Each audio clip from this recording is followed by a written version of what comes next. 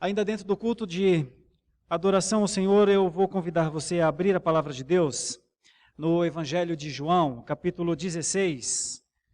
João, capítulo 16, versículo 7 para frente.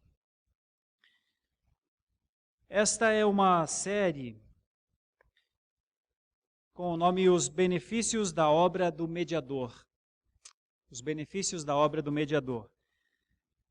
Essa é a segunda breve mensagem, porque eu tenho feito sempre no domingo pela manhã. Nós temos 15 a 20 minutos de tempo para fazer isso, mas é a segunda mensagem de 5 mensagens acerca do capítulo 10 do Catecismo Maior de Westminster, que tem o tema Os Benefícios da Obra do Mediador. Uma consideração em vista de Deus ter feito, e nós louvamos muito ao Senhor por isso, estar fazendo uma obra na vida da nossa igreja, trazendo irmãos e irmãs, ou trazendo a fé pela primeira vez, ou trazendo de outras denominações, irmãos e irmãs, já cristãos, mas que passam pela pública profissão de fé, nas nossas salas de novos membros, que nós chamamos de classe de catecúmenos, e irmãos e irmãs que têm conhecido a fé reformada.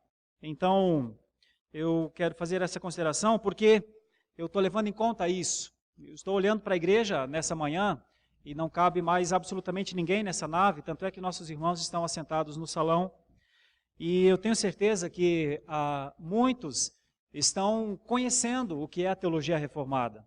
E nossa missão é ajudá-los a compreender sempre mais o que é a teologia reformada.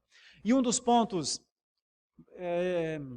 necessários em termos de compreensão é o papel do Espírito Santo. Por quê? Porque quando muitos irmãos saem de algumas denominações e vêm para a Igreja Presbiteriana do Brasil, a primeira acusação que lhes é feita essa igreja não tem o Espírito. Como é que vocês vão para uma igreja que não acredita, por exemplo, no Espírito Santo? E então muitos chegam à Igreja Presbiteriana do Brasil, ou outras igrejas reformadas, primeiro sendo acusados dentro das suas denominações que estão regredindo na sua fé. Porque como podem deixar a igreja que tem, onde há o Espírito e há a liberdade, como muitas vezes é dito e é usado esse versículo, onde há o Espírito e a liberdade, e aqui na nossa igreja, na nossa denominação, é um local onde o Espírito pode operar livremente. Como é que você vai para uma igreja que eles amarram o Espírito, não deixam o Espírito agir, e muitos, por conta disso, não nos consideram nem cristãos? E então eu tenho essa obrigação como pastor de ajudá-los a compreender. Por isso essa é uma mensagem que normalmente não está direcionada àquele que já é um cristão maduro na fé, mas importantíssima a um grupo, talvez dentro da Igreja Presbiteriana de Santo Amaro, de 100 ou 150 pessoas, que são irmãos que estão acessando a igreja, conhecendo melhor as doutrinas fundamentais da teologia reformada. E o capítulo 10 do Catecismo Maior de Westminster, então, responde algumas dessas perguntas. Eu diria de antemão, responde inclusive àqueles que duvidam, primeiro da interpretação que temos acerca do Espírito Santo. Dizem que não temos o Espírito ou que não damos liberdade ao Espírito. Primeiro é assim, o Espírito realmente age como quer e onde quer. Não é o homem que dá liberdade ou tira liberdade ao Espírito Santo de Deus. O homem não domina o Espírito, é o Espírito Santo de Deus que tem um papel e tem um trabalho e faz esse trabalho. Por isso, a nossa primeira defesa, aqueles que dizem não termos o Espírito, é que só somos crentes porque o Espírito agiu antes. Aqueles que dizem que dentro da Igreja Presbiteriana do Brasil o Espírito é amarrado, não tem liberdade, é preciso afirmar, o Espírito Santo de Deus cumprirá o seu propósito, o propósito para o qual ele existe, o propósito para o qual ele faz parte na vida do povo de Deus. Entendamos ou não, façamos o que quisermos fazer ou não. Então, mais do que nunca, essa é uma igreja que preserva o fiel entendimento acerca do Espírito Santo de Deus. Tanto é que nosso reformador João Calvino, lá nos idos de 1500, trabalhou isso nas suas institutas e se tornou, com o passar do tempo, inclusive, foi chamado de o teólogo do Espírito Santo.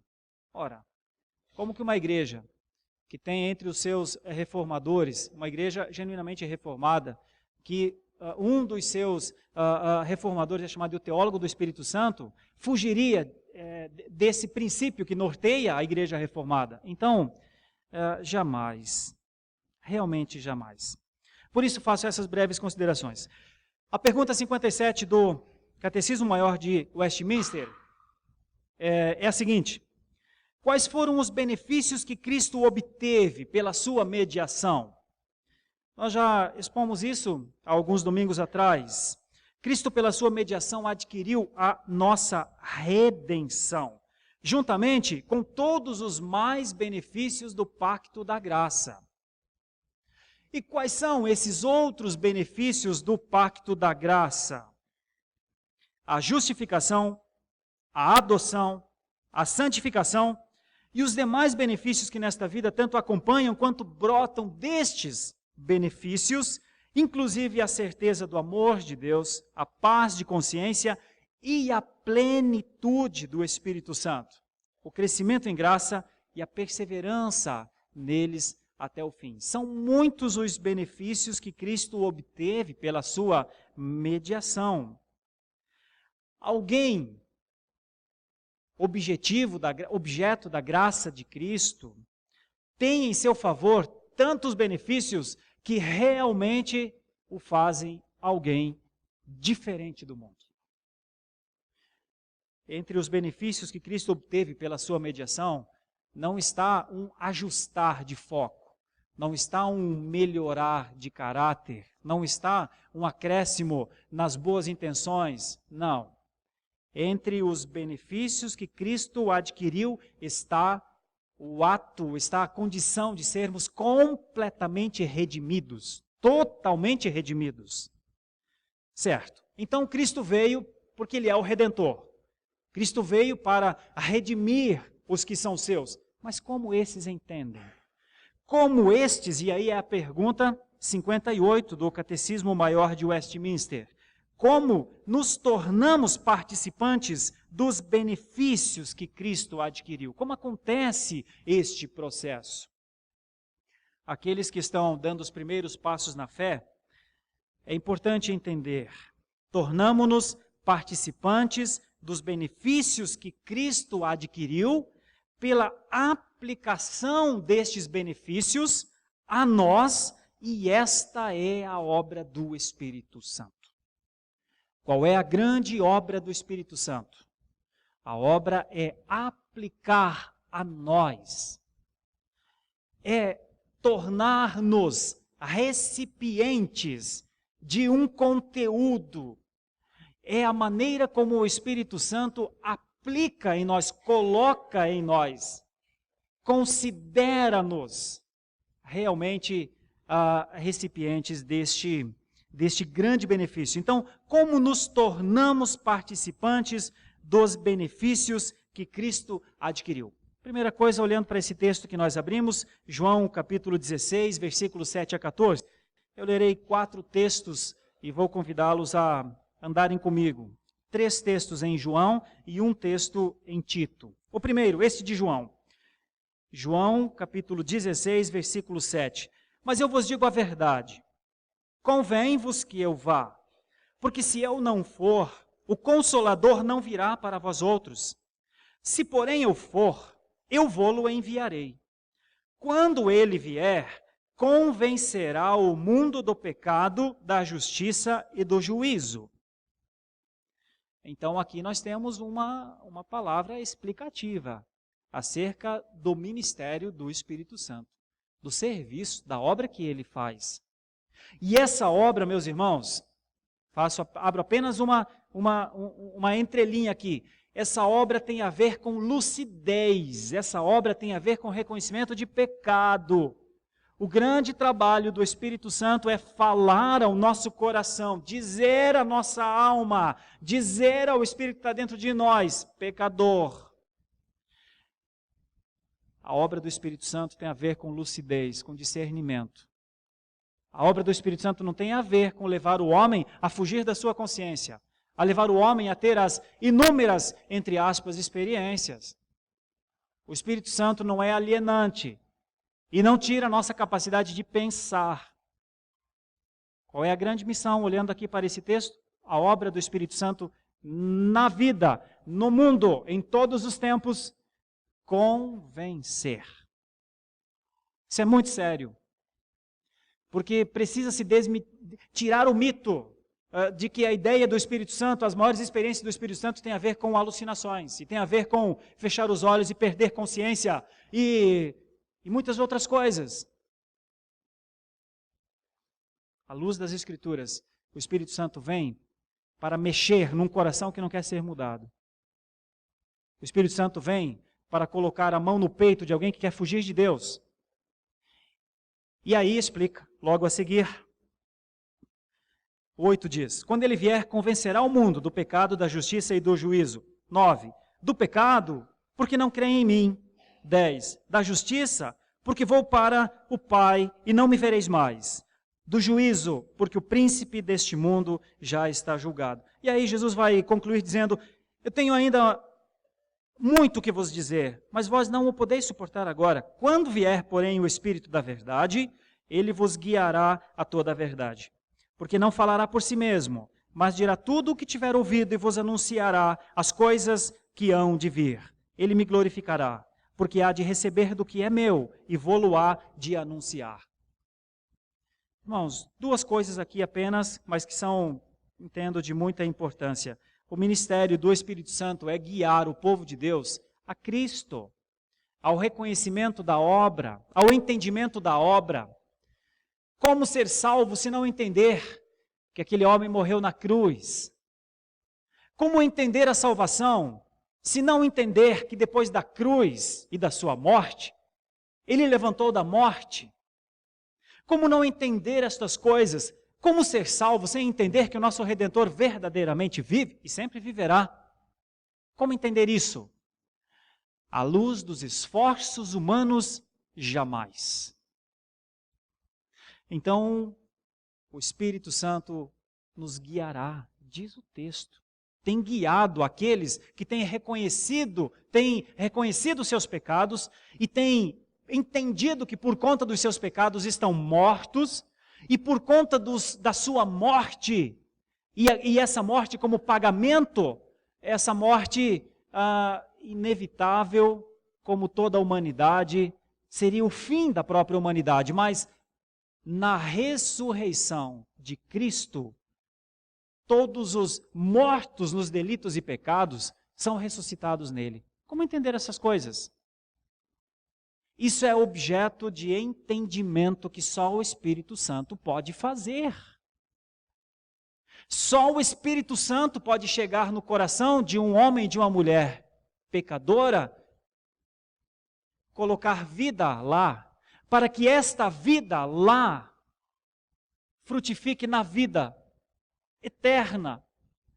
E é por isso, meus irmãos, importante falar, principalmente aos novos, o Espírito Santo não entra depois. O Espírito Santo, e por isso não há necessidade de um segundo batismo, ou do batismo do Espírito Santo. Simplesmente não há necessidade, porque o Espírito Santo não entra depois na vida do salvo. O Espírito Santo age antes. Só se converte quem já foi tocado e foi recipiente do poder do Espírito Santo. É o Espírito Santo que convence antes. Irmãos, esse ainda é um assunto que dará muito pano para manga. Mas essa é a nossa posição e essa é a nossa postura. O Espírito Santo não age depois na vida do crente. O Espírito Santo age antes. Ele não age depois, ele agirá depois. Mas para a salvação ele age antes. Você só conhece a Jesus por conta do Espírito Santo. Em linhas gerais, porque você foi batizado nele antes. Então não precisa um segundo. O que é que nós precisamos depois? Efésios 5 vai dizer o que é que nós precisamos depois. Mas você só está aqui nessa manhã porque o Espírito Santo agiu em ti. Você só está aqui nessa manhã porque o Espírito Santo te convenceu. Você só está aqui nessa manhã porque o Espírito Santo te mostrou que a sua vida longe de Deus é uma vida de perdição e que você caminharia para a autodestruição, porque não há dentro de ti, nem de nós, qualquer condição de busca pelo Senhor a partir dos nossos esforços. Quer saber? O Espírito Santo é o grande responsável por te trazer para cá. Então muitos trazidos, amparados, dirigidos, guiados, sustentados, ainda ficam dizendo, vem Espírito Santo, venha, salva-me. Ele já fez isso. Se tu és um cristão hoje, foi porque o Espírito de Deus fez isso na sua vida. Bom, isso é o que o texto bíblico de João 16, 7 a 14, parece dizer. Agora vejam alguns textos, mais 3 textos, e nós caminhamos para o encerramento. Texto conhecido, João 1, versículo 10. Versículo 10 até o versículo 14. João 1, 10 a 14. João 1, 10 a 14. O Verbo estava no mundo. O mundo foi feito por intermédio dele, mas o mundo não o conheceu. Veio para o que era seu, e os seus não o receberam. Mas a todos quantos o receberam, e esse o receberam, se deu pela ação exclusiva do Espírito Santo, fazendo-nos receber. Deu-lhes o poder de serem feitos filhos de Deus, a saber, aos que creem no seu nome, os quais não nasceram do sangue, nem da vontade da carne, nem da vontade do homem, mas de Deus. Esse nascimento foi obra do Espírito de Deus. Versículo 14. E o Verbo se fez carne e habitou entre nós, cheio de graça e de verdade, e vimos a sua glória, glória como do unigênito do Pai. Agora um outro versículo. João ainda, capítulo 3, na conversa de Jesus com Nicodemos. João, capítulo 3, versículos de 1 a 10. Aqui, mais uma vez, Jesus está dizendo a este homem, se o Espírito Santo não lhe der vida antes, você não nasce, Nicodemos. Se o Espírito Santo não entrar em ti antes, você não nasce. Havia entre os fariseus um homem chamado Nicodemos, um dos principais dos judeus. Este de noite foi ter com Jesus e lhe disse, Rabi, sabemos que és mestre vindo da parte de Deus, porque ninguém pode fazer estes sinais que tu fazes se Deus não estiver com ele. A isto respondeu Jesus, em verdade te digo, que se alguém não nascer de novo, não pode ver o reino de Deus. Perguntou-lhe Nicodemos, como pode um homem nascer sendo velho? Pode, porventura, voltar ao ventre materno e nascer segunda vez? Respondeu Jesus, em verdade te digo, quem não nascer da água e do Espírito não pode entrar no reino de Deus. Antes era ver, agora é entrar. O que é nascido da carne é carne, o que é nascido do Espírito é Espírito. Se não nascer antes, não vira crente. Quem não for tomado antes pelo Espírito Santo de Deus, jamais poderá fazer pública profissão de fé. Jamais poderá dizer, a minha fé está em Jesus Cristo.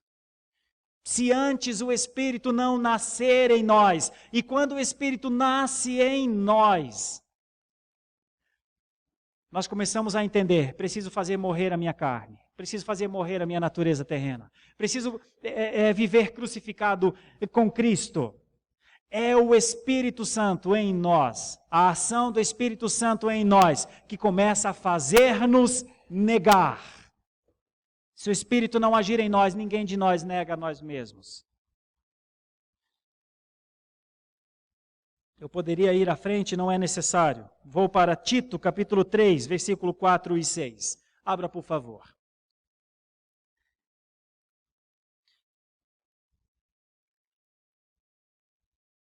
Tito, capítulo 3, versículos 4 a 6. Estou expondo esses textos rapidamente e procurando responder a pergunta do Catecismo Maior de Westminster para dizer uma coisa. O Espírito Santo não precisa ser cultuado. O Espírito Santo, ele tem o seu papel e faz o seu papel e está fazendo o seu papel de uma maneira que todos nós conseguimos hoje, em 2014, entender. Somos filhos. O Senhor está trabalhando em nós. O Senhor está aperfeiçoando as nossas vidas. Essa é a evidência mais clara que o Espírito Santo está trabalhando e trabalhando muito, meus irmãos, porque ele trabalha em cima de uma plataforma ruim, que somos nós. O trabalho do Espírito Santo é magnífico, porque o tempo inteiro ele está sobre um terreno humano, falho e que muitas vezes tem até dificuldade de compreender o seu trabalho. Mas o Espírito age e age muito e tem agido, feito com que nós estejamos numa manhã de domingo, adorando ao Senhor Deus numa igreja protestante. Quando, porém, se manifestou a benignidade de nosso Deus, nosso Salvador, e o seu amor para com todos, não por obras de justiça praticadas por nós, mas segundo a sua misericórdia, ele nos salvou mediante o lavar regenerador e renovador do Espírito Santo, que ele derramou sobre nós ricamente por meio de Jesus Cristo, o nosso Salvador. Ainda o versículo 7, a fim de que, justificados por graça, nos tornemos seus herdeiros, segundo a esperança da sua vinda.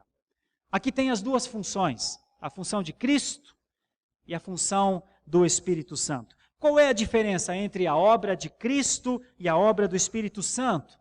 A partir aqui do texto de Tito 3, versículo 4, um a conquistou e o outro a aplicou. Um permitiu com que nós nos tornássemos participantes e o outro aplicou na nossa mente o entendimento do que foi esse benefício. O Espírito Santo nos leva a um estado de profunda gratidão. Por que é necessário que o Espírito Santo aplique em nós a redenção de Cristo? Porque não conseguiríamos fazer isso por esforço nosso, meus irmãos. Sempre fugiríamos, sempre fecharíamos os nossos olhos e ouvidos. Ele nos convence do juízo e do pecado e nos conduz ao arrependimento e à fé. Reverendo, então eu tenho participação, assim que eu me convenço disso, e quando tomo a decisão por, então, me entregar a Cristo, então a salvação depende deste meu ato. Sem a operação do Espírito Santo em nós, rejeitaríamos a oferta do Salvador. Quando os nossos corações são mudados pelo seu poder, então aceitamos o Evangelho. Aconteceu algo, irmãos, conosco. E essa foi a ação do Espírito Santo na nossa vida. Se hoje caminhamos na fé, prosseguimos na fé, temos temor de Deus, foi porque o Espírito Santo nos tomou com tanto poder que fez com que o nosso destino fosse mudado. E é isso que está acontecendo hoje na nossa vida. Por isso o Espírito Santo não está sob o nosso controle, sob o nosso poder. Nós não dominamos o Espírito Santo. Ele é livre. Ele é tão livre que fez de nós, pecadores, neste momento, pessoas conscientes do nosso pecado. Se o Espírito Santo não tivesse agido, nós continuaríamos a ser pecadores, mas não teríamos consciência do nosso pecado. Mas hoje temos. E a consciência dos nossos pecados nos leva ao arrependimento e à fé. Como fazer isso, se não pelo seu poder? E eu finalizo com o texto de Efésios 5:18, por favor, abra. Efésios capítulo 5, a começar do 17. Efésios capítulo 5, dos versículos 17 em diante. Efésios 5, 17 em diante. Está escrito assim: por esta razão, Efésios capítulo 5, versículo 17. Por esta razão, não vos torneis insensatos, mas procurai compreender qual a vontade do Senhor. E não vos embriagueis com vinho, no qual há dissolução, mas enchei-vos do Espírito, falando entre vós com salmos, entoando e louvando de coração ao Senhor, com hinos e cânticos espirituais, dando sempre graças por tudo a nosso Deus e Pai, em nome de nosso Senhor Jesus Cristo, sujeitando-vos uns aos outros no temor do Senhor. Irmãos, uma palavra só aqui é o suficiente para entender. A palavra enchei-vos do Espírito Santo é mais ou menos assim: sejam cheios dele, sejam plenos dele, sejam completos dele. Esperem do Senhor o enchimento e Deus os encherá. É o máximo que nós podemos fazer. Queiramos ser convencidos pelo Espírito Santo, busquemos, oremos ao Senhor e Ele nos encherá. Não é uma obra de capacidade humana, mas é uma obra que, se Deus quiser fazer, Ele faz. Os homens e mulheres têm o privilégio, e isso faz parte, entre outras coisas, dos benefícios da obra do mediador, de serem constantemente enchidos do Espírito Santo. Então, irmãos, dizer que em uma igreja reformada não tem o Espírito Santo é um perigo e talvez até um pecado, porque é onde o Espírito Santo age, levando o seu povo a uma consciência tão profunda do seu pecado que os quebranta diante do Senhor, os leva ao choro, à dor. Essa é a obra do Espírito em nós. Ele há de continuar a nos convencer e nos levar ao arrependimento e à fé, para que cada vez mais vivamos numa gratidão tão intensa à ação do Espírito Santo de Deus em nós, que o adoraremos com todas as nossas forças, com todo o nosso tempo e com toda a nossa fidelidade.